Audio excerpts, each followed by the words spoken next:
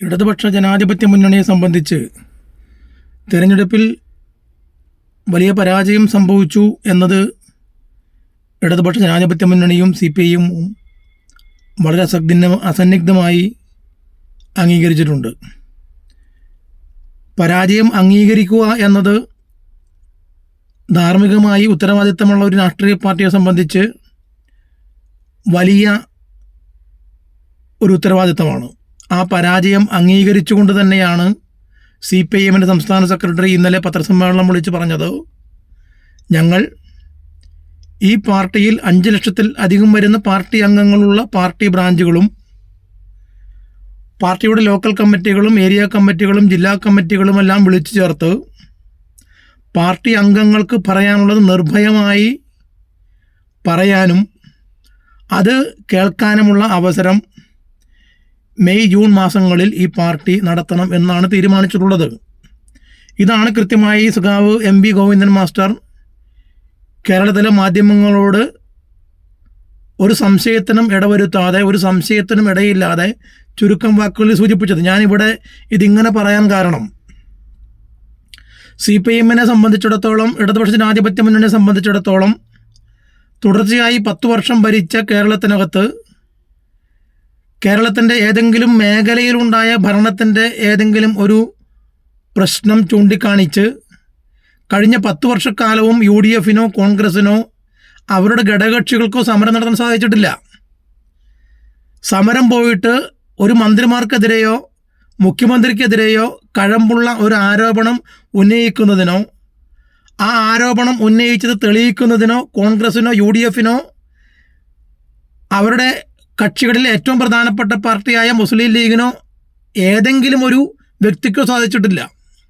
10 വർഷക്കാലം വളരെ ആത്മാർത്ഥമായി, നല്ല അച്ചടക്കത്തോടു കൂടി, നല്ല മെയ്ക്കരുത്തോടു കൂടി, നല്ല സാമ്പത്തിക ആസൂത്രണ മികവോടുകൂടിയാണ് കേരളത്തിൻ്റെ ഭരണം ഇടതുപക്ഷ ജനാധിപത്യ മുന്നണി പൂർത്തീകരിച്ചത്.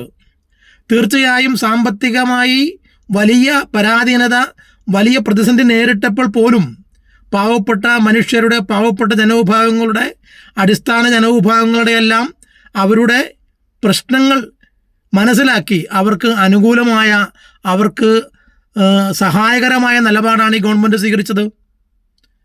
വികസന പ്രവർത്തനങ്ങളിൽ, ദേശീയപാതയുടെയും മറ്റ് നിരവധിയായ വികസന പ്രവർത്തനങ്ങളിൽ വലിയ ഇടപെടലാണ് ഈ ഗവൺമെൻറ് പൂർത്തീകരിച്ചത്. അത്തരത്തിലുള്ള ഒരു ഘട്ടത്തിൽ പോലും ഗവൺമെൻറ്റിനെതിരായോ CPIഎമ്മിനെതിരായോ അതുമല്ലെങ്കിൽ മുഖ്യമന്ത്രിക്കെതിരായോ യാതൊരു വിധത്തിലുള്ള ആരോപണവും ഉന്നയിക്കാൻ കോൺഗ്രസിന് സാധിച്ചിട്ടില്ലല്ലോ. അതിനുള്ള ഈ ഗവൺമെൻറ് വരുത്തിയിട്ടില്ല. അതിനുള്ള സാഹചര്യം ഈ ഗവൺമെൻറ് ഒരുക്കി കൊടുത്തിട്ടില്ല. കാരണം അഴിമതിരഹിതമായ സുതാര്യമായ ഭരണമായിരുന്നു കഴിഞ്ഞ 10 വർഷക്കാലം ഈ ഗവൺമെൻറ് നടത്തിയത്. ഞാനിതിങ്ങനെ സൂചിപ്പിച്ചത്, നിങ്ങൾ നോക്കൂ, 4-ാം തീയതി റിസൾട്ട് വന്നതാണ്.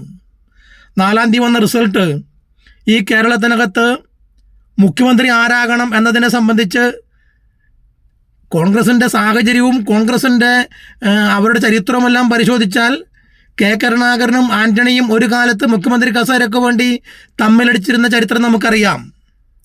K. കരുണാകരനെ വെട്ടി 36 വയസ്സ് മാത്രമുണ്ടായിരുന്ന KPCCയുടെ പ്രസിഡന്റ് ആൻ്റണി ആയത് ചരിത്രമാണ്, മുഖ്യമന്ത്രിയായത്.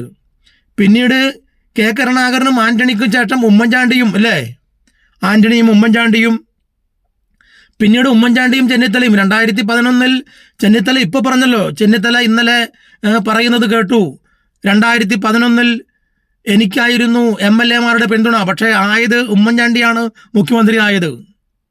ഇപ്പോൾ നോക്കൂ, ഈ 2011 വരെ മുഖ്യമന്ത്രി ആരാകണം എന്നതിനെ സംബന്ധിച്ച് 2 പേർ തമ്മിലായിരുന്നു തർക്കം, 2 ഗ്രൂപ്പുകൾ തമ്മിലായിരുന്നു തർക്കം.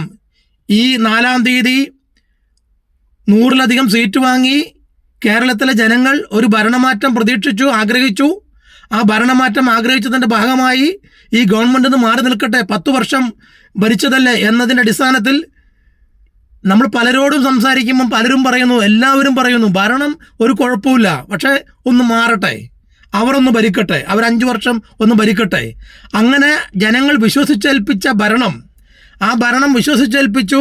ആ ഭരണം വിശ്വസിച്ചേൽപ്പിച്ചത് കൃത്യമായി നടത്താനാവശ്യമായ അതിൻ്റെ ലീഡറെ തിരഞ്ഞെടുക്കാൻ, അതിൻ്റെ ക്യാപ്റ്റനെ തിരഞ്ഞെടുക്കാൻ ഈ 100-ലധികം പേര് വരുന്ന MLA-മാരുടെ അല്ലേ, അല്ലെങ്കിൽ കോൺഗ്രസിൻ്റെ MLA-മാരുടെ ടീം ക്യാപ്റ്റനെ തിരഞ്ഞെടുക്കാൻ 4-ാം തീയതിക്ക് ശേഷം ഈ നിമിഷം വരെ കോൺഗ്രസിനോട് സാധിച്ചോ? ഇപ്പോൾ ഹൈക്കമാൻഡിൽ നിന്നും ആൾ വന്നിരിക്കുകയാണ്.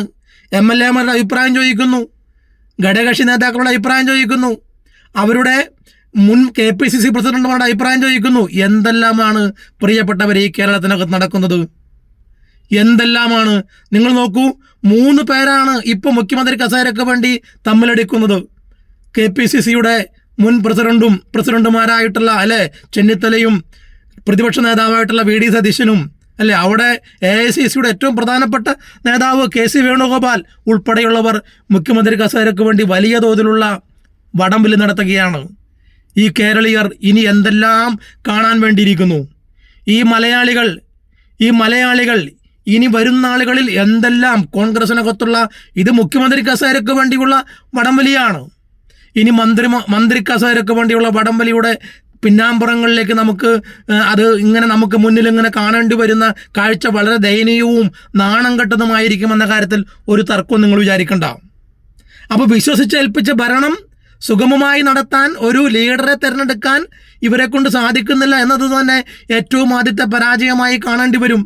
ഇപ്പോൾ തെരുവിലിറങ്ങുകയാണ് അല്ലേ എല്ലാ കോൺഗ്രസിൻ്റെയും അല്ലേ, രാഷ്ട്രീയ സംഘടന എന്നല്ല, എതിർ പാർട്ടികൾ തമ്മിലുള്ള രാഷ്ട്രീയ സംഘടന അല്ലല്ലോ. നിങ്ങൾ നോക്കൂ, കോൺഗ്രസിനകത്ത് തന്നെയുള്ള ആളുകൾ, കോൺഗ്രസിനകത്ത് തന്നെയുള്ള ഗ്രൂപ്പ് തിരിഞ്ഞ് വ്യക്തികളെ ഉയർത്തിക്കാണിച്ച് ഡൽഹിയിലും ഇവിടെയും ഒക്കെ റോഡിലിറങ്ങി പ്രകടനം നടത്തുകയും അവർക്ക് വേണ്ടി ഫ്ലക്സ് ബോർഡുകൾ വെച്ച് അവരുടെ ജനപിന്തുണ ഞങ്ങൾക്കാണെന്ന് തെളിയിക്കുകയാണ് പല ആളുകളും. എത്രമാത്രം ഈ കേരളത്തിനകത്ത് ഇനി ഈ വലിയ പ്രതിസന്ധി നേരിട്ടു എന്നാണല്ലോ കോൺഗ്രസ് പറയുന്നത്. 10 വർഷക്കാലത്തെ ഭരണം, ആ വലിയ പ്രതിസന്ധി നേരിട്ട് അവർ അധികാരത്തിൽ വന്നല്ലോ. അങ്ങനെയെങ്കിൽ അധികാരത്തിൽ വന്ന് 4 ദിവസമായി. ഈ 4 ദിവസത്തിനകം അവരുടെ ഏതെങ്കിലും ഒരു പ്രധാനപ്പെട്ട തീരുമാനമെടുത്ത് നടപ്പിലാക്കാൻ അല്ലേ ഒരു പുതിയ ഗവൺമെൻറ് വരികയല്ലേ? എന്താണ് ഇവർ ചെയ്തുകൊണ്ടിരിക്കുന്നത്? പോലീസിനെ കയറൂര് വിട്ടിരിക്കുകയാണ്. ഇപ്പോൾ കരിപ്പൂർ വിമാനത്താവളത്തിൽ PV അൻവർ അല്ലേ, PV അൻവറിൻ്റെ വാദം എന്തായിരുന്നു? അവിടെ സ്വർണം അവിടെ പിടിക്കുന്നതിന് വേണ്ടി ഉദ്യോഗസ്ഥരെ വെച്ചിരിക്കുകയാണ്. അവിടെ സ്വർണം സുഗമമായി കൊണ്ടുവരാൻ വേണ്ടി കഴിയുന്നില്ല. ഇതല്ലായിരുന്നു PV അൻവറിൻ്റെ വാദം. ഇടതുപക്ഷ ജനാധിപത്യ മുന്നണിയുടെ ഭാഗമായിരിക്കുമ്പം മുഖ്യമന്ത്രിയോട് അതല്ലായിരുന്നു അദ്ദേഹം ആവശ്യപ്പെട്ടിരുന്നത്, ആ ഉദ്യോഗസ്ഥരെ മാറ്റണം, അവിടെ സ്വർണം പിടിക്കുന്നത്. ഇന്നത്തെ വാർത്ത എന്താ? ഇന്നത്തെ വാർത്ത ആ ഉദ്യോഗസ്ഥരെ പിൻവലിച്ചിരിക്കുന്നു അല്ലേ. വിമാനത്താവളത്തിൽ അനധികൃതമായി സ്വർണം കൊണ്ടുവരുന്നത് കണ്ടെത്തുന്നതിന് വേണ്ടി നിയോഗിച്ചിരുന്ന ടീമിനെ, സഖാവ് പിണറായിയുടെ ഗവൺമെൻറ് നിശ്ചയിച്ച ടീമിനെ ഇന്ന് പിൻവലിച്ചിരിക്കുകയാണ്. അപ്പോൾ അൻവറിനോടുള്ള അവരുടെ കടപ്പാട്, അൻവറിനോടുള്ള അവരുടെ ഇടപെടൽ അല്ലെ, അൻവറിന് കൊടുത്ത വാക്ക് പാലിക്കുകയാണ്. അപ്പോൾ ഈ നിലയിൽ കോൺഗ്രസിനകത്തെ ഘടകകക്ഷികളും ഒന്ന് മനസ്സിലാക്കേണ്ടത്, അവർക്ക് വോട്ട് ചെയ്തവർ ഒന്ന് മനസ്സിലാക്കേണ്ടത്, ഇത് കേരളത്തിൽ അത്ര കണ്ട് പരിചയം ഈ തലമുറയ്ക്കുണ്ടാവില്ല അല്ലേ. ഏകദേശം 30 വയസ്സ് അല്ലെങ്കിൽ 25 വയസ്സ് 20 വയസ്സായ വോട്ടവകാശമുള്ള 18 വയസ്സായ വോട്ടവകാശമുള്ള ചെറുപ്പക്കാർക്ക് ഈ കോൺഗ്രസിൻ്റെ ഈ പ്രവർത്തനത്തെക്കുറിച്ച് പരിചയമുണ്ടാവില്ല. പക്ഷേ ഏകദേശം 10, 35, 40 വയസ്സുള്ള ആളുകൾക്ക് കോൺഗ്രസിൻ്റെ ചരിത്രം കുറച്ചൊക്കെ അറിയാം.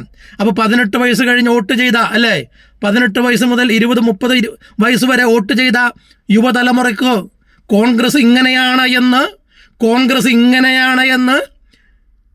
വരും നാളുകളിൽ ഇങ്ങനെയൊന്നുമല്ല ഇതിലും അപ്പുറമാണെന്ന് വരും കാലങ്ങളിൽ നമുക്ക് കാണേണ്ടി വരും. അല്ലെങ്കിൽ അവർക്കത് അനുഭവവേദ്യമാകും. അപ്പോഴാണ് അവർക്ക് മനസ്സിലാകുക, ഈ പാർട്ടിക്കാണല്ലോ വോട്ട് ചെയ്തത്, ഈ പാർട്ടിയെയാണല്ലോ വിജയിപ്പിച്ചത്, ഈ പാർട്ടിക്ക് വേണ്ടിയാണല്ലോ ഞങ്ങൾ സഖാവ് പിണറായിയെയും കമ്മ്യൂണിസ്റ്റ് പാർട്ടികളെയും മാറ്റി നിർത്തിയത്, ഈ പാർട്ടിക്ക് വേണ്ടിയാണല്ലോ ഞങ്ങൾ തെരുവോരങ്ങളിൽ ഞങ്ങളുടെ പാർട്ടി ഘടകങ്ങളിൽ വാദിച്ചത്. അത് തെറ്റായിപ്പോയെന്ന് ചരിത്രം അങ്ങനെ വിധിയെഴുതുന്ന കാലം വിദൂരമല്ല എന്നതിൻ്റെ തെളിവാണ് വരും നാളുകളിൽ, വരും ദിവസങ്ങളിലെല്ലാം നമുക്ക് കാണേണ്ടി വരിക. തീർച്ചയായും ഇടതുപക്ഷ ജനാധിപത്യ മുന്നണിയെ സംബന്ധിച്ച് പ്രതിപക്ഷത്തായാലും ഭരണപക്ഷത്തായാലും സംഘടനാപരമായി കരുത്തുള്ള പാർട്ടി എന്ന നിലയിൽ, കേരളത്തിലെ കേഡർ പാർട്ടി എന്ന നിലയിൽ തങ്ങളുടെ ഉത്തരവാദിത്വം പ്രതിപക്ഷത്തായിരുന്നാൽ പോലും ആ ഉത്തരവാദിത്വം കൃത്യമായി നിർവഹിച്ചുകൊണ്ട് കേരളത്തിലെ പാവപ്പെട്ട ജനവിഭാഗങ്ങളെയും സാധാരണ തൊഴിലാളി വർഗ ജനവിഭാഗങ്ങളെയും ചേർത്ത് നിർത്തുന്ന സമീപനമായിരിക്കും സ്വീകരിക്കുക എന്ന കാര്യത്തിൽ ഒരു സംശയവും ആർക്കും ഉണ്ടാകേണ്ടതില്ല. ഇന്ന് ബിന്ദു കൃഷ്ണയെ അല്ലെ? ഇന്ന് ബിന്ദു കൃഷ്ണയെ ചേർത്ത് പിടിക്കാൻ ഓടിച്ചെല്ലുന്ന ചെറിയാൻ ഫിലിപ്പിനെ നമ്മൾ കാണുകയാണ്. എന്തെല്ലാം കോമാളിത്തരമാണ് പ്രിയപ്പെട്ടവരെ കേരളത്തിനകത്ത് നടക്കുന്നത്.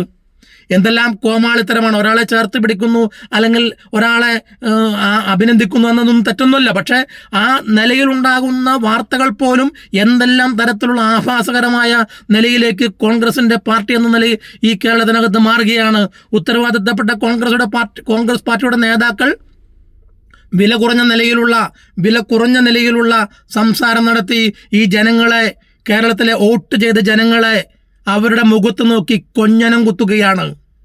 മലയാളികളുടെ മുഖത്ത്